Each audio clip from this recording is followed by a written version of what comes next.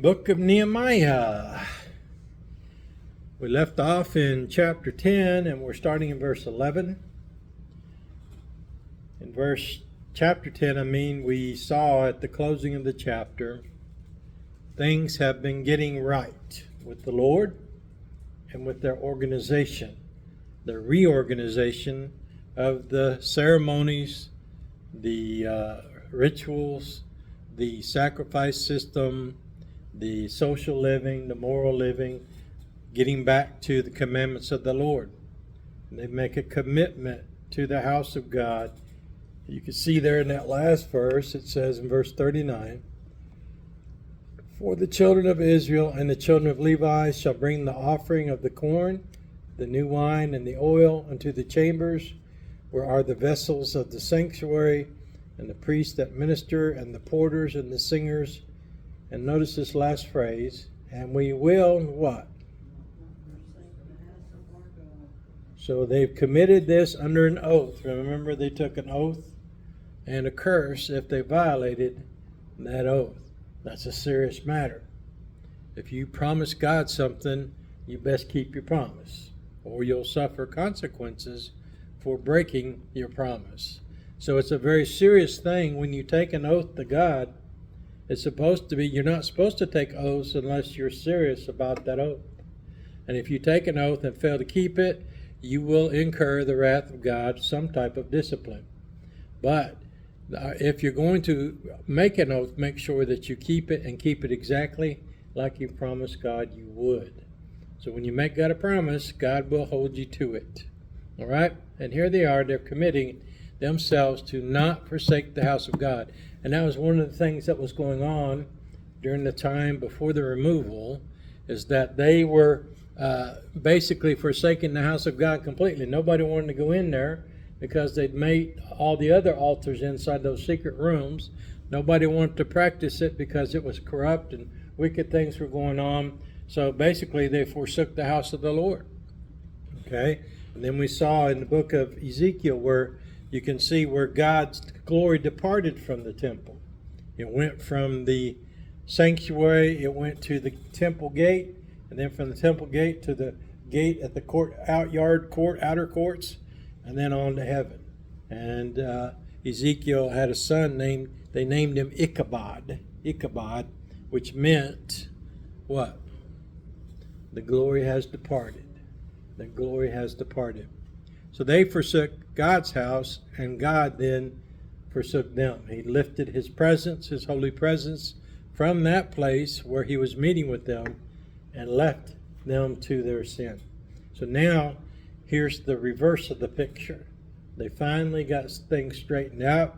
They're getting their civil affairs in order, and they have something else yet to do here in chapter 11. We begin to see them doing something else that's necessary, and they draw lots. It says, "And the rulers of the people dwelt at Jerusalem. The rest of the people also cast lots to bring one of 10 to dwell in Jerusalem, the holy city, and 9 parts to dwell in other cities." So what they're having to do is make sure that everybody just doesn't abandon Jerusalem and go out back to their home countries, to their homelands. So they come up with a system, and they say 9 out of 10 will go back, but 1 will stay here in the city. So there was a issue here that would be could be an opportunity for them to have a lot of problems. Somebody might have land somewhere else, not in Jerusalem. And if they drew the lot, what would happen? They'd have to stay there, and they wouldn't like that. But it was necessary to re-inhabit the city and to make sure that the city had enough inhabitants to protect itself as well as the temple. And it's important that once that temple was rebuilt, that it would be safe and secure and that it would be protected from the enemies around. Now, of course, those enemies weren't liking it a bit. And given any chance they could, if they found a weak spot, they would take advantage of it and try to sneak in and destroy everything all over again. So the plan was that Nehemiah came up with this, like, okay, out of 10 people, 1 staying here, the other 9 can go out to the other villages and cities all around the country. So they worked out a fair system. And if you drew the lot, then that's fine. If you didn't, you go out back to your home land and reestablish your homes, your farms, your villages, whatever you lived in would be reestablished. And it says, and the people blessed all the men that willingly offered themselves to dwell at Jerusalem. So they didn't have to there was one group that said, hey, we're going to stay anyway. We'll take those positions. So they were figured in, and they would relieve those that should have gone. So they did a thing that was noble. They wanted to continue to serve their God. They were willing to do whatever God wanted them to do. So they said, okay, we'll stay. So they were happy to stay. But there still was a lottery or a casting of lots, and they did, in fact, send one of 10. So God blessed them, and now we're going to see the names are recorded for these faithful people that remained, and for the faithful people that would practice and continue to practice the worship of God in Jerusalem, keep the temple safe and going, keep everything in order, and set up things the way they're supposed to be civilly. And one thing you'll find is God is a God of order. He's not a God of chaos. And when he sets up things in his civil and ceremonial law, that's the way it's supposed to be. You're supposed to follow God's blueprint and God's pattern for our lives. All right, so we can go through and read, and it says, now these are the chief of the province that dwelt where? Okay, these are the head honchos, you'd say. All right, everyone, but in the cities of Judah dwelt everyone in his possession in their cities, to wit Israel, the priests, and the Levites, and the Nethinims, and the children of Solomon's servants. Now remember, I'm going to test you on this. What's a Nethinim? Remember? Just had it a few weeks back. Right, temple servants. Okay? Temple servants, Nethinims. And at Jerusalem dwelt certain of the children of Judah and of the children of Benjamin. Of the children of Judah, Athaiah, the son of Uzziah, the son of Zechariah, the son of Amariah, the son of Shephatiah, the son of Mahalalel, of the children of Perez. Now I want you to see this. So remember now, Benjamin was included in the area of Judah. So they were the southern 2 tribes, okay, in Jerusalem. So Benjamin would naturally be in that area, and so would Judah. So they would continue to dwell in Jerusalem and in the surrounding Judea area. All right? And then it gives you the names, and we can keep reading these, but I wanted to go on down through, and let's go down to verse 11. Sariah, the son of Hilkiah, the son of Meshullam, the son of Zadok, the son of Meraioth, the son of Ahitub, was the ruler of the house of God. And their brethren that did the work of the house were how many? 822. Think about that. 822 servants of the house of God. They were in charge of everything to do. Now that took a lot of work, didn't it? If you stop and think about it. If you had to have a continual sacrifice, if you had to have a continual offering going every single day, what's that take? Right. You got to have people do it. You got to have the animals to do it. You got to have everything arranged in order so that that sacrifice could constantly be made. The shedding of blood was very important, and it had to be shed, and it had to be offered up to God so that the sin would be rolled back until the next offering. So think about that. They had to deal with their sins on a daily basis, and that took manpower. All right? It took men to bring the water and fill up that brass laver back there.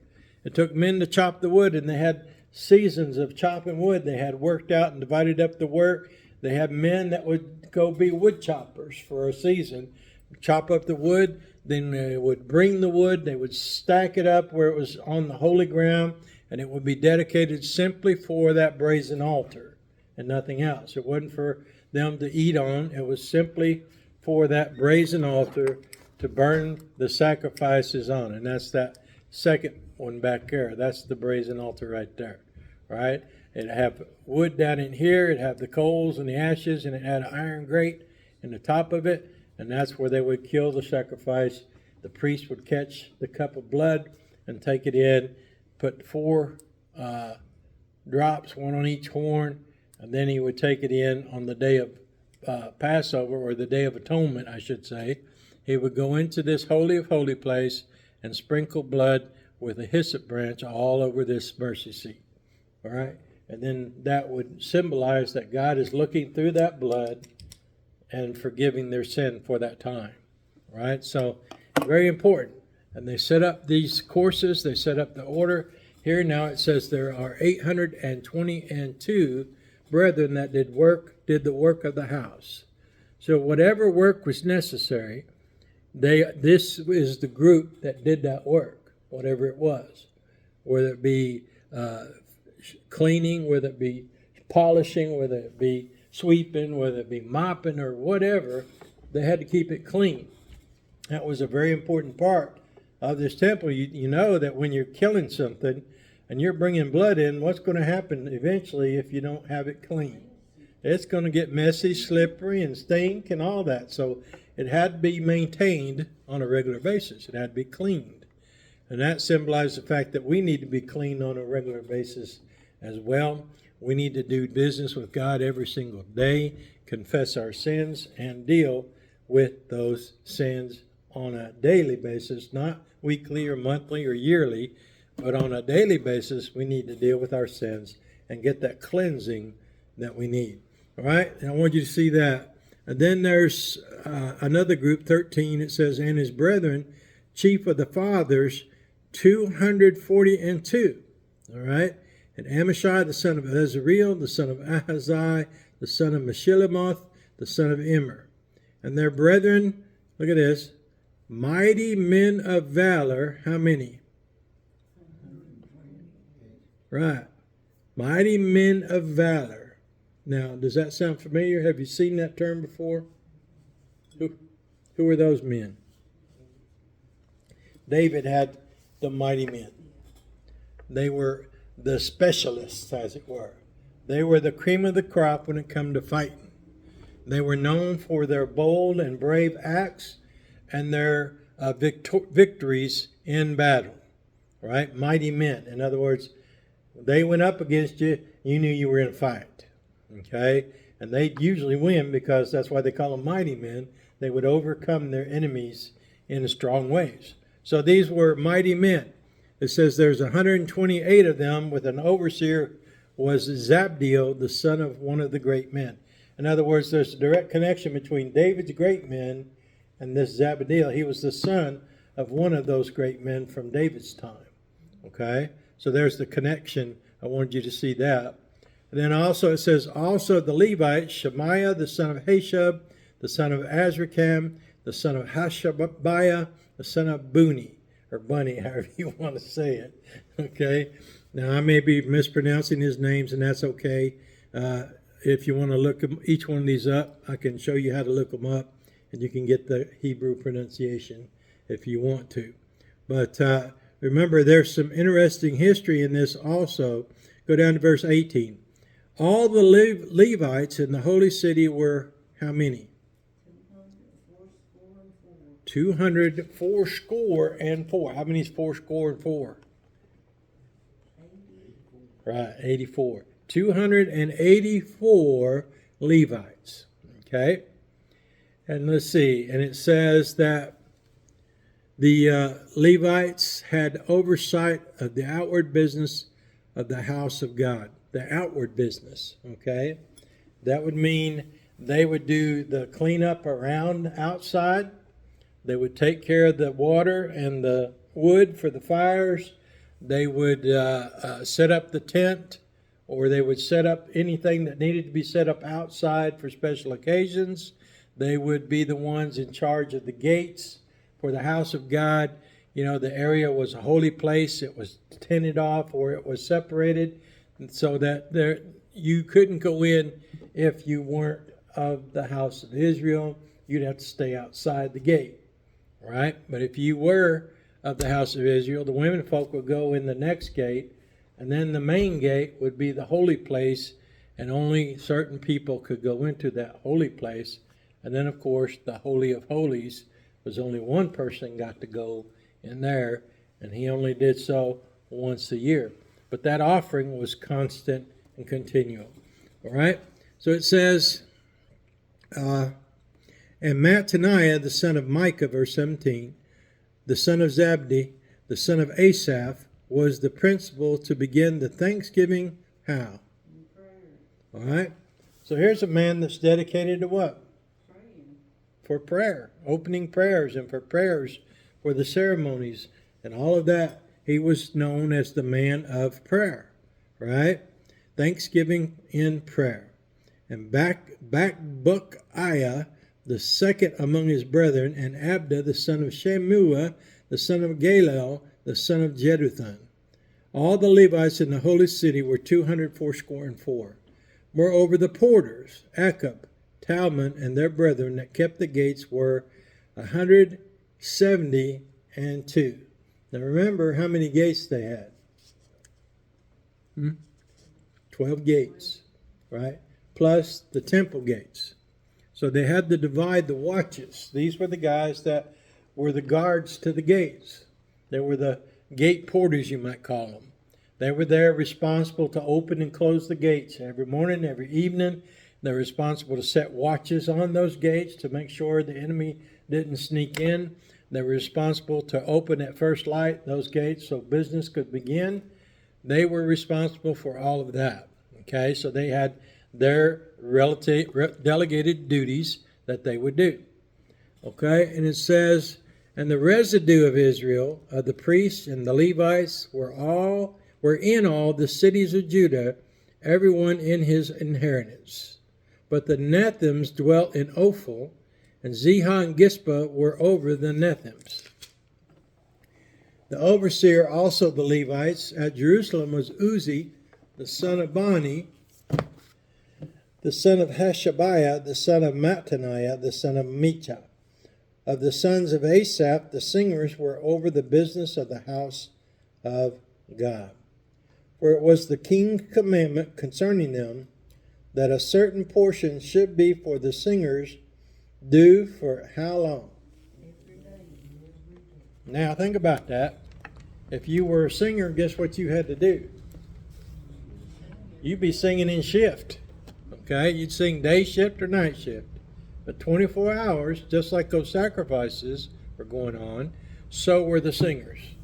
It was important that they lift up praise and song unto the Lord on a daily and nightly basis as praise to God.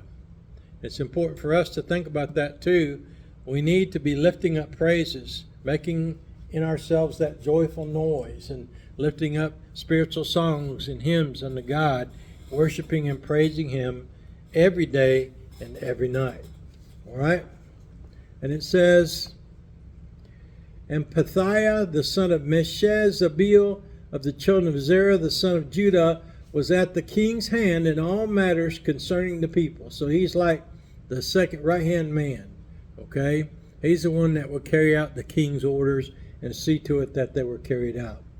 And for the villages with their fields, some of the children of Judah dwelt at Kirjath Tharba, and in the villages thereof, and at Dibon, and in the villages thereof, and at Jekabzeel, and in the villages thereof, and at Jeshua, and at Moladah, and at Bethphalet, and at Hazar Shual, and at Beersheba, and in the villages thereof, and at Ziklag, and at Mekonah, and in the villages thereof, and at Enrimenon, and at Zariah, and at Jarmuth, Zanoah, Adullam, and in their villages at Lachish, and in the fields thereof at Azekah, and the villages thereof, and they dwelt from Beersheba unto the valley of Hinnom.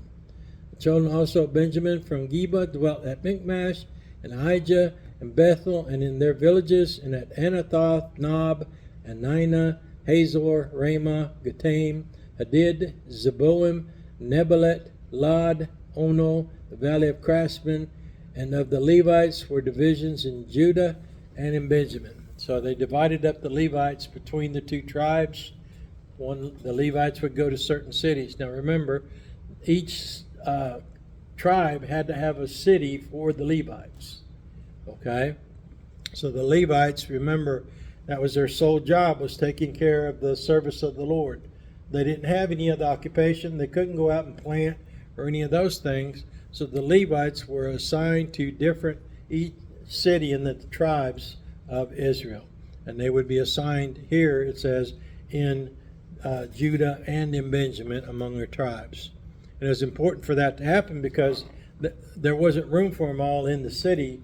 So they would have to be close, though, in order to perform those duties. So they had to have that space. So there's chapter 11 with this list of faithful people that had been faithful to God and that had bound themselves under an oath to not forsake the house of God and to do the things that were necessary to set everything in order and to begin the process of living for the Lord again. So they have a great opportunity here now. And when you're in we got 2 more chapters left in Nehemiah, by the way. So you need to be thinking about what you want to study next. But chapters 12 and 13, it continues on. Chapter 12 continues the list of the divisions that took place and how they were assigned to different cities, etc. So this is a great point in history for the Jews to document how they began to reoccupy and to document the families. Okay? So they would have a historical reference to go by. If you wanted to prove that you were a Jew, you could be able to trace your lineage at this point back. And remember, they already had that discussion where there were some that couldn't trace their lineage, so they had to leave. So you had to be able to trace your lineage back through your ancestors. And think about that, how we trace our lineage through the ancestry of the Baptist faith and order, how church to church to church has happened ever since the time of Christ. The church has been in existence, and we believe it's a Baptist church. All right, so think about that. We'll take up with chapter number 12 next time, Lord willing, and look at the rest of the list and look at some other things that are mentioned here in chapter number 12. So study ahead this chapter. In chapter 13, we're getting towards the end, so be thinking about what you want to study next, all right? And then also we're getting close to the end of Psalms, so be thinking about what you want to study in the book of Psalms. We've got another 4 or 5 months yet, I think, in Psalms, but we're on Psalm 145, and there's only 5 more, so be thinking about that too, what you want to study on Wednesday nights. All right? Let's all stand.